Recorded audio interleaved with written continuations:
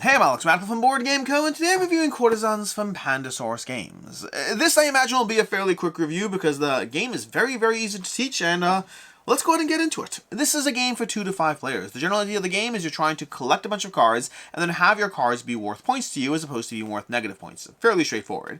In the game, you're going to be given a hand of 3 cards. You're also going to be given one of each of these secret goals. So I'll go ahead and take these over here. I'll show you, but don't tell the other players to. Secret goal number 1, which I turned upside down, but was the right side up over here, is at least 2 families must be fallen from grace. And this one over here is going to be you must own at least 3 spies. Those are my 2 secret goals, one from each deck. They'll make more sense in a second. We're going to put them over here for right now. In the game, you're going to start with 3 cards, and every single turn, you're going to replenish your hand back up to 3 cards, because every single turn, you have to take 1 card and put it into the court somewhere, 1 card into your own court, and 1 card into, someone else's court. That's basically what you're doing over here. So let's go ahead and take a look at the cards over here because the cards come in, well, colors. That's the main thing you're focusing on. There's also abilities, but we'll focus on those next. So over here, let's say I go ahead and I put this card down into my own personal court over here. And I put this card up here at the table where it's going to go into that court over there. And then I'm going to take this card and put it into somebody else's court over here, let's say. Okay, that's what's going on. Let's pretend I'm playing a 3-4 player game. Done. I basically put a bunch of cards out. Now the reason you're doing this, again, it's always 1 to you, 1 to the court, 1 to someone else. That's the 3 cards every single time. Who the someone else is, that can vary. But either way, 1 to you, 1 to the court, 1 to someone else. Now, at the end of the game, when everything's all over, and I will say you take some cards out, depending on the player count, you will remove some cards from the game, or you can just have fun and play with everything. Either way, that's up to you. But in the game, you're going to go ahead and look at the court at the end of the game, and you're going to see how things are. If there are more of a faction above the table, then that faction is in favor. They are in grace, and every one of your cards is worth 1 point, because it's in grace. If that faction is fallen from grace, there are more cards below the table, every one of your cards in that faction is worth negative 1 point. And if they're exactly even, those cards don't matter at all, and they don't count for anything. That's the core idea. That's basically everything you need to know. Well, almost everything. So first of all, now we know a bit more, we can go ahead and take a look at one of my scoring cards. This one says, at least 2 families must be fallen from grace. So if at least 2 families are in the negative, then I'd have 3 points from that. This, by the way, would be a great card to have in my game group because we're apparently all a bunch of jerks to each other, just for the record. I don't think there's ever been a single game where there weren't at least half the families in the red. Anyways, that's as far as that goes. There's also abilities on cards. In fact, there's 4 different abilities to go through. There's going to be spies, there's going to be guards, there's going to be kings and royalty, and then assassins over here. That's going to be the 4 abilities you have. Royalty is pretty simple and straightforward. It counts for 2. Regardless of where it is, if it's in your court, if it's an opponent's court, if it's at home, wherever it is, it counts for 2. So for example, right now, I actually have one already. This is a 2-point card because currently they are in grace. Then we have spies. Spies are pretty simple as well. Basically, you place them face down. Wherever they go face down. If they go face down in your court, they're face down, no one knows what they are. Face down in an opponent's court, they're face down, your opponent can't even look at their own card. Or they can go face down to the central court, in which case they go above or below the spy section of the table. You'll know it's, for or against, you know whether it's helping or hurting, but you don't know what's helping or hurting. Or, well, if you placed it, the other players don't know if it's helping or hurting. That's where you have fun things like assassins come into play. Assassins can murder a person wherever they go. If it goes into your tableau, it kills one of your cards, which sounds like a bad thing, but what if that family's fallen from grace? Getting rid of that person from your court, hey, the queen's gonna smile on you if you got rid of that lowly family that's been fallen from grace. You place it to an opponent's court, and you can go ahead, someone else can play this to my court, hopefully going ahead and killing this person, costing me 2 points, which is even worse if we have this guy in this area over here, meaning they've given me a negative point, and they've cost me 2 positive points, a very solid move for them. And then lastly, we have guards. The only ability guards have is they cannot be assassinated, which to a certain extent you might think that's not that big a deal, assassinate anyone else you want. And you are right to an extent, but it is surprising how often the guards actually get in the way of you trying to kill people at court and going murder time. That, at this point, is the entire game. Every single turn, you have 3 cards. Every turn, you place 1 card into your field, 1 card in opponent's, and 1 card to the center table, choosing above or below. Most of the cards are going to be face-up information, which affects how people play things. Trying to play something to a faction that, someone else has a lot of yellow, trying to make that yellow fall from grace, that can be helpful. But if other players all have yellow, then you're fighting a losing battle, they'll all go against you. So you're trying to get a feel for how things go in the game as you play cards here or there, and utilize the few abilities, while being mindful of your private scoring goals. By the way, this other scoring goal was I have to have three 3 spies. Other players can give them to me, I can play them by myself, but I have to have 3 spies to score the extra 3 points. And again, like I said already, my game group, we're all jerks, which means 3 points is a lot. I think the highest scoring game we've had so far was 12 points, because more often than not, 12 points is if you get both your scoring goals, they're always 3 points each. That means you got 6 points from your scoring goals and 6 points from everything else. We've had negative point games in this because we are all jerks who like to make everyone else tank and fall from grace. I don't know how your game group plays. It might be more or less fun or interesting, I don't know. But I guess that's a good time to go ahead and segment the review over here. Let's go ahead and start off with the review, starting off with ease of play, which is the game is incredibly straightforward, an easy game to teach. All you're doing is 3 things. Well, one thing. You have 3 cards, place them to different areas, and then you need a few rules about, hey, if this family is in favor, they're worth a point each. If this family is fallen in favor, they're worth negative point each, and everything else is like so little rules here. It's an easy game to teach and play. It plays fairly quickly. You can knock out a game in 15-20 minutes, and plays it. It handles a variety of player counts well, with the exception of 2. I don't think I like the 2-player game. It's not bad, but I don't think, like, if you play this at 2 players and you're like, that wasn't fun, I think that's reasonable. I think 2 players is okay, and I think 3 to 5 is where the game shines.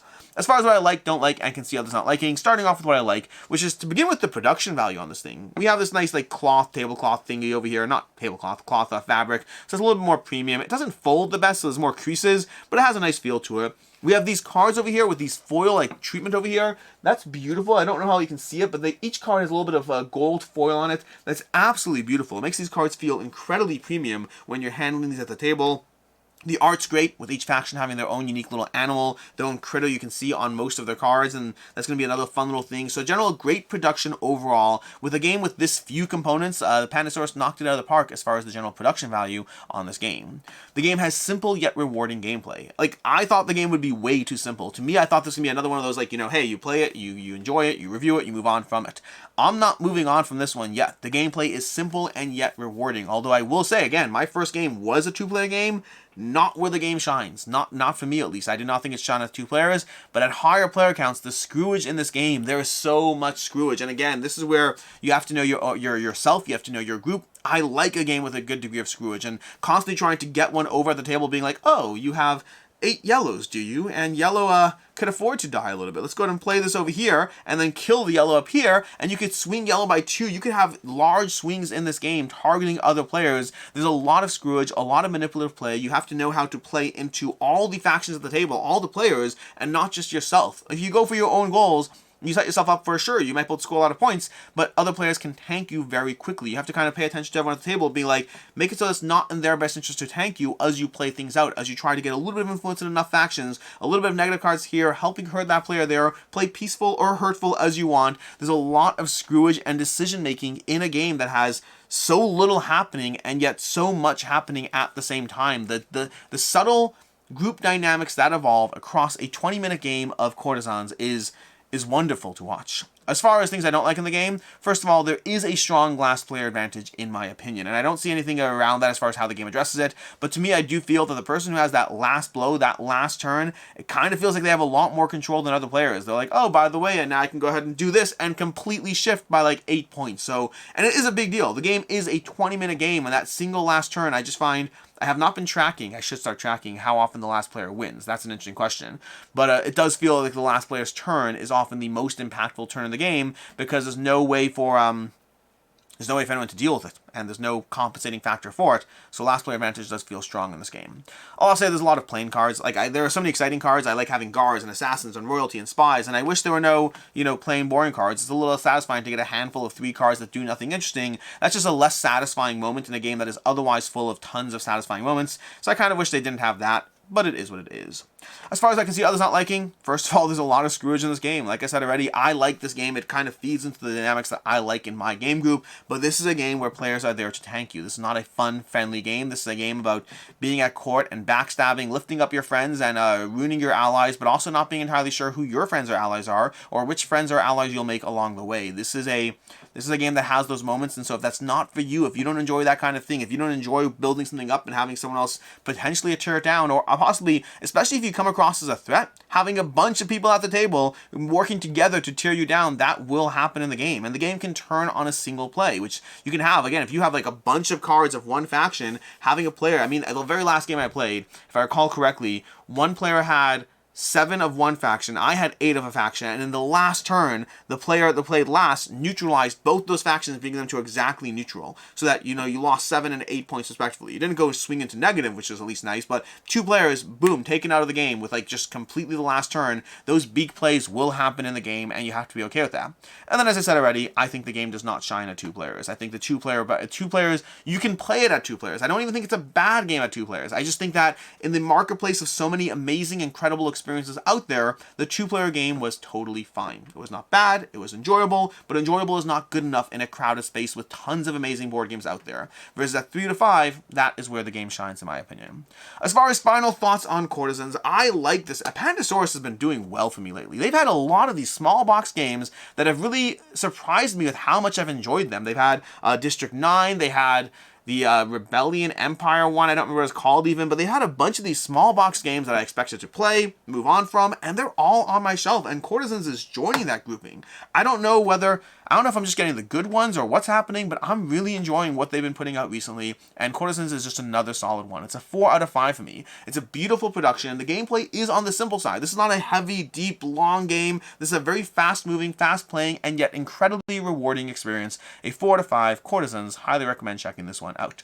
As far as other game recommendations, if you're looking for another fast-playing game with just the right dash of Scrooge, but a game that I have been talking about for years and have not grown tired of, highly recommend checking out Coloretto. It's not always the easiest game to get, but to me, Coloretto it's chef's kiss. It's so good as far as the level of trying to get things for yourself, trying to hurt others, a little bit of Scrooge. If you like Coloretto, if you like this, these are both right up that alley. And if you're looking for another game that leans more into the subterfuge, the mystery of this game that leans into the abilities, then check out Coup. Coup, that's C-O-U-P, Coup. Check that one out. Highly recommend it. It's a great game. I think it's some indie boards and cards, if I'm not mistaken, but it's got a lot of bluffing and hidden elements and trying to lie to each other all the time, and just the right amount of Scrooge. A game worth having in your collection. In any case, and until next time, I'm Alex Radcliffe from Board Game Co. I hope you found this review helpful, and as always, I hope you have a good one.